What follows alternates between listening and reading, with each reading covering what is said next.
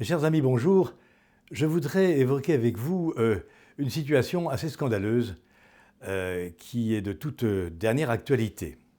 Vous le savez, depuis l'élection de Donald Trump comme président des États-Unis et l'arrivée dans son sillage d'Elon Musk et des grands patrons des GAFAM, la gauche française, la gauche bien pensante, n'est-ce pas, est saisie d'une sorte de panique et entend évidemment immédiatement censurer Elon Musk et le gouvernement américain.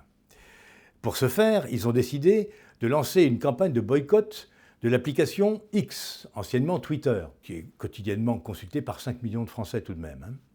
Et donc Le Monde et d'autres médias, Mediapart, Ouest France même, premier quotidien national, et un certain nombre de personnalités ont hautement déclaré qu'elles allaient quitter X pour aller sur une plateforme évidemment strictement inconnue, peu importe.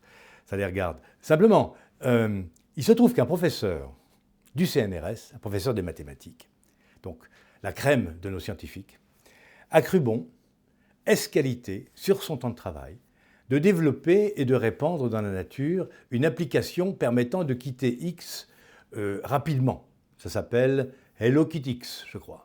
Ce professeur est un fonctionnaire de l'État, payé par le CNRS, qui est notre plus belle institution scientifique. Et sur son temps de travail, il a développé cette application au service donc d'un combat idéologique, clairement gauchiste et wokiste, destiné à s'opposer, on se demande bien pourquoi, parce que ça se passe aux États-Unis, mais à s'opposer à M. Elon Musk. Alors, si vous voulez, je pense qu'il y a là un véritable scandale. Ce professeur, s'il y avait un vrai ministre de l'enseignement supérieur, serait actuellement dans son bureau, en train de s'expliquer et en train de préparer son mémoire en défense pour un conseil de discipline.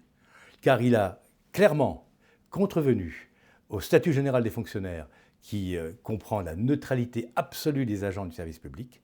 Il fait de la politique sur son temps de travail, c'est-à-dire avec l'argent des Français qui le rémunèrent. Et à mon avis, ce professeur n'a plus sa place au CNRS et au minimum devrait publiquement présenter des excuses pour avoir ainsi détourné de l'argent public. Donc ce scandale doit être dénoncé. Certains médias comme CNews et Europe 1 l'ont fait.